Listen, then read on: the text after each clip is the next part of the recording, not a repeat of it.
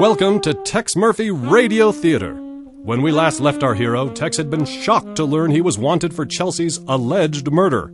With the dual realizations that someone had set him up and the cops didn't mind, Tex boldly if stupidly returns to the site of his month-long nap, finding the house mysteriously vacant. After finding a video recording of Chelsee's funeral, Tex makes quick work of a surprise guest, then steps outside into the waiting arms of the new San Francisco Police Department.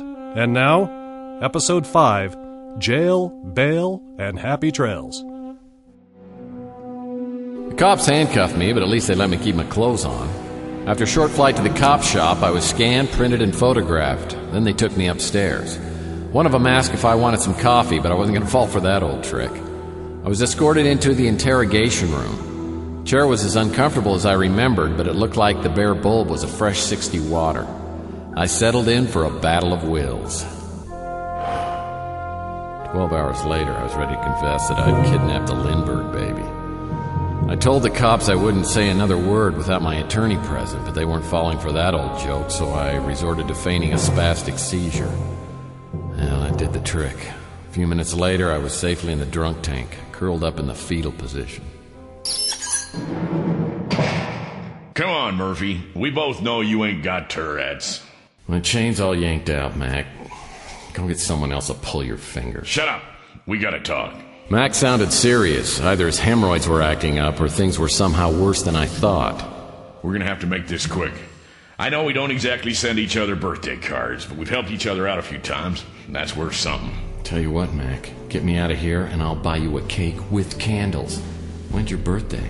September 7th. But that's not the reason Virgo. I should have guessed. Can of voodoo, Murphy. Clements thinks she's being generous, making the charge second degree. That's just because she knows you can't make bail. Well, that depends. You think it'll be more than a couple $100? Try 3 more zeros. Maybe you could hawk some stuff. I was already counting on that. Maybe you could pick me up a couple of lottery tickets. I got another idea. Punch me. Look, I appreciate you trying to cheer me up, and any other time I'd be all over it. But seeing as how we're going to exchange birthday cards... Look, you idiot, if you knock me out, I can say you blindsided me and use my keys and patch cards to escape. It'll be embarrassing as hell, but it's worked before. I don't think I can do that, Mac. I'm a lover, not a fighter. That is what Chelsee said. Excuse me? Yeah, me and Chelsee used to hook up while you're out of town. She gives great full-body massages. She uses lots of oil. Of course, it takes more oil than it used to, but hell, we talk about you for hours and hours and laugh and laugh.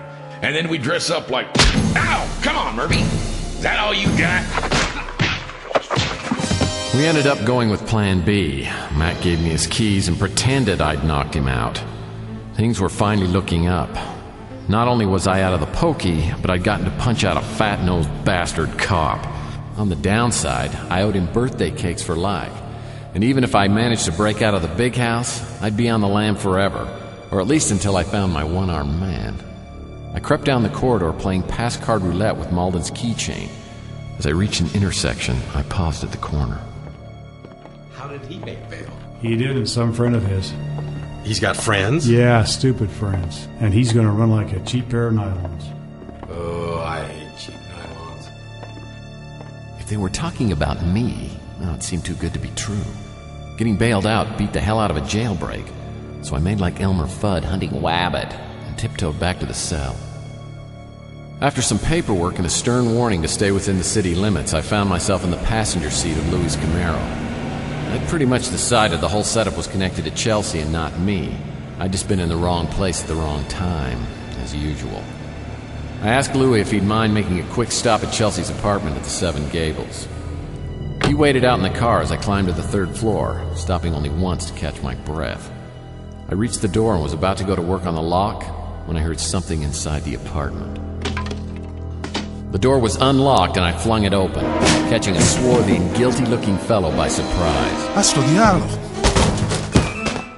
My suspicions were confirmed when the intruder bolted for the open window. I was right behind him. He managed to give me the slip, but I was able to catch a glimpse of the Nevada license plate on his speeder as it lifted off. I returned to the apartment and started my search with the large pile of mail on the floor near the mail slot in the door. Only one item caught my eye. The new Victoria's Secret catalog. I decided to follow up on a hunch. Sure enough, the bottom drawer of a dresser in Chelsee's bedroom was packed full of lacy underpants and other sexy lingerie. More than ever, I wanted to find her alive and well. I continued to search her apartment until I found her diary. Hey, I'm a PI, and PIs leave no stone unturned. The diary was sealed with one of those chintzy locks, but it was a snap to pick once I found a pair of pliers. Dear Diary, tomorrow will be 1 year since I met Tex. Looking back, it's hard to believe I'd be interested in this smelly bum that passed out in my newsstand. I've made reservations at the Golden Pagoda to celebrate the anniversary, but I'll probably have to drag him there. He's hands down the most irresponsible man I've ever met. I know he likes being a PI, but I just don't think he's cut out for it. It seems like he gets beat up a lot and he never makes any money. I think he'd do so much better as a security guard or maybe a doorman. I just wish I knew what he thinks about me. He still wears his wedding ring. Maybe I'll ask him about it tonight. As usual, Chelsee was speaking in riddles. Did she like me or not? It was too confusing to think about, and I had bigger fish to fry. I continued my search, finding plenty of interesting things, but nothing related to Chelsea's disappearance. Not until I checked the vid phone, that is. Message 1, left 33 days ago. Hey, Chelsee, it's me. I'm out of bed now, but I cut myself shaving and the tourniquet won't stay on.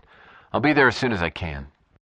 Message 2, left 32 days ago. Hello, Chelsee.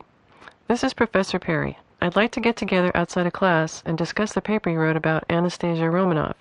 It's absolutely extraordinary. You have my number. I'll talk to you soon.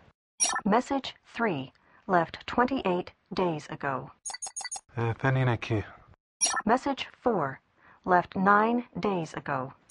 Hey, big sister. Look, I'm in a bit of a bind, and I really need to get a hold of you. There's no way for you to contact me at the moment, but I'd appreciate if you can be home tomorrow at this time, and I'll call back, okay?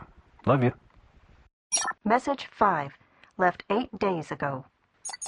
Okay, sis, now I'm getting worried. I wanted to see if you got those books I sent. I need the cash pretty bad. That little guy at the pawn shop should have given you top dollar for them. I hope you get this message soon. I have to leave town, but I'll get back to you when I can. I found the books referred to in the message, but I couldn't for the life of me remember a single thing about Chelsea's brother, not even his name. But I did know a little guy at a pawn shop. I don't know how I'm ever going to repay you for this, Louie. It wasn't just me, Murph. Don't tell Rook I told you, but he pitched in a bunch. So did Clint and some of the other folks in the neighborhood. No, I mean, I have no idea how I'm going to come up with cash. You don't have to, Murph. We'll get it all back. I got faith in you. I didn't have the heart to tell Louie I was about to roll the dice on what must have been most of his life savings. He knew I was a rotten gambler. I mean, I can't even break even on an ATM. But it was a calculated risk I had to take. If I didn't find out what had really happened to Chelsee, no one would. And unless the truth came out, Louie would get his money back, but I'd end up going to jail for a zillion years. I was planning on going somewhere, but it wasn't jail. The guy in Chelsea's apartment had come from Nevada, and the stamp on the inside of her brother's books had read, Deluxe Importing Exporting, Chance Bando, Proprietor, Las Vegas. Ironically enough, my search for the proverbial one-armed man was about to lead me to the land of one-armed bandits.